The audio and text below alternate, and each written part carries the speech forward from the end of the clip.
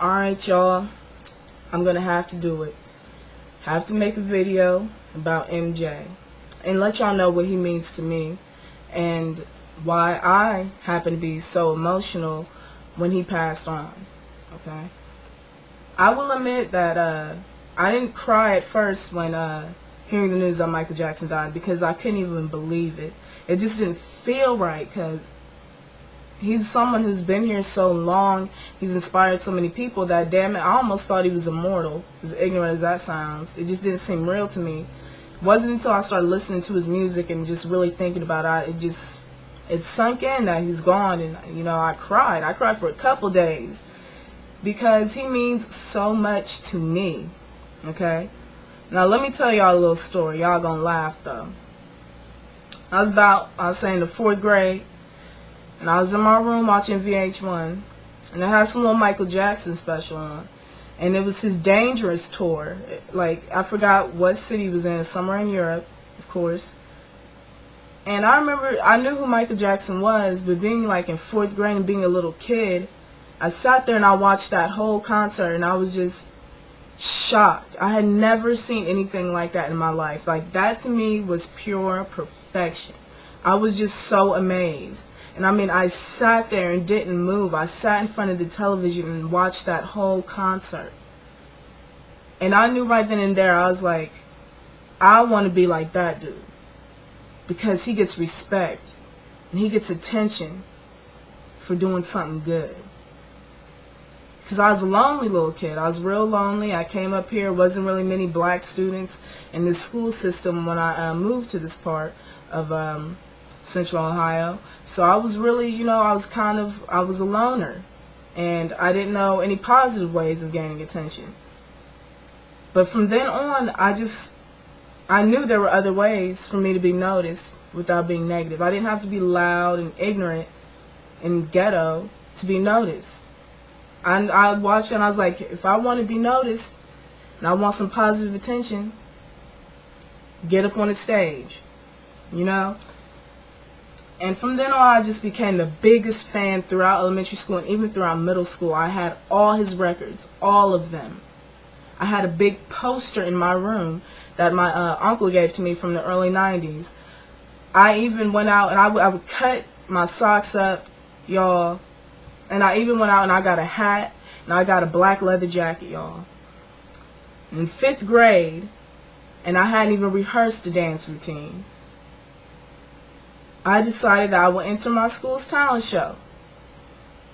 My mom never knew me to be a dancer. You know, they always used to joke about me in the family because I couldn't dance. And I don't know what came over me. Like, I asked them to play the Michael Jackson song, I think it's Another Part of Me. That's the song I danced to.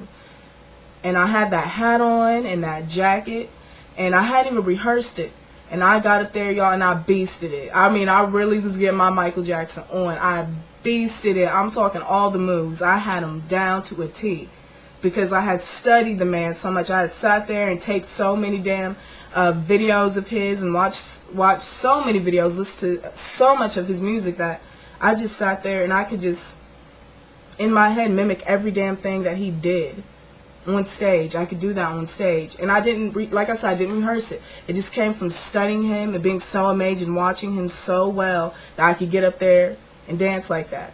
I mean, I took that jacket off. I threw it like Michael Jackson, y'all. I kicked I did that shit, y'all. I did that. And my mom was so shocked. Like, she couldn't even believe I did. Her mouth was down here, y'all. She was down here. And from then on, I just noticed that was the most positive way that I could gain attention, and I loved it. And I did gain lots of positive attention, and I started making friends and stuff. And that was because of Michael Jackson. I will say that. Then kids started making fun of me because I was a big Michael Jackson freak. But I have to say that if it wasn't for him, I probably wouldn't love the stage as much as I do now. Like, for real, this sounds lame as hell to y'all, but, like, I really do, really do have Broadway dreams. Like, I'd love to be on Broadway. I love being on stage. And as crazy as that sounds, because it's two different worlds, it's music and, you know, theater. It's a little bit two different worlds right there. I have to say that Michael Jackson inspired me to want to have those types of dreams, you know, because he taught me how to love the stage, and he taught me, you know, that was the most positive way for me to gain attention. And then he taught me to be a perfectionist, because I've never seen a bad Michael Jackson performance, you know, and I want to be like that too. I don't want there to ever be a bad, you know, a bad show that I perform in, ever. So I kind of carried on his perfectionist mentality too.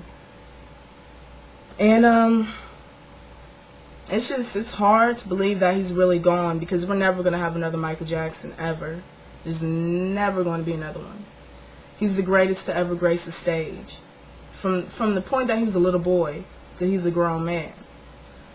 And I love listening to them old, like, J5 records, and listen to his old, like, his first solo records when he was a little kid, because he sang with such an old soul.